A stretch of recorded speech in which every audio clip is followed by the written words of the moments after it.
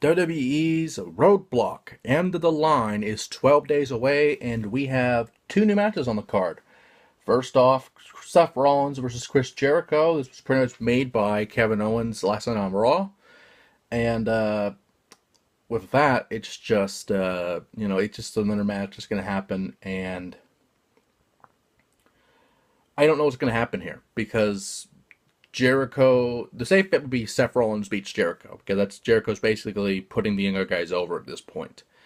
But at the same time, Jericho hasn't had a win in a while, so I would pick Jericho just because you need a win for him going into the Rumble. Because if he's obviously not going to win the Rumble, if he's put it in there, he's not going to win the Rumble for sure. But so he needs a win here. So I'm going to say Jericho wins it for sure. And finally, we have the first ever on the main roster, mind you. This happened at NXT before, but this is the first time this happened on the main roster. A 30-minute Iron Woman match for the Raw Women's Championship. Sasha Banks defends against Charlotte.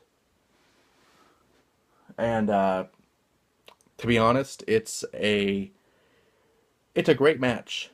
It's a great match to have. We've seen them in Falls Count Anywhere. We've seen them in Hell in a Cell. You might as well give them an Iron Woman match. Keep in mind that this is a 30-minute Iron Woman match instead of an hour.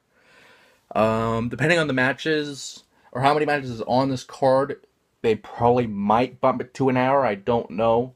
It just depends how many matches are on the card here when we actually get to Roadblock, end of the line. But for now, I'm okay with 30-minute Iron Woman match for the title. Of course, this happened on NXT.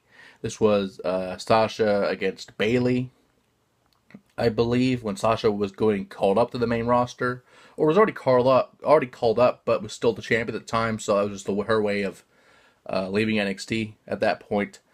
But with that, I mean, this is going to be a great match. But I feel like Charlotte will win the match again. Will win the belt again. Because it's pretty much has been a hot potato of the belt.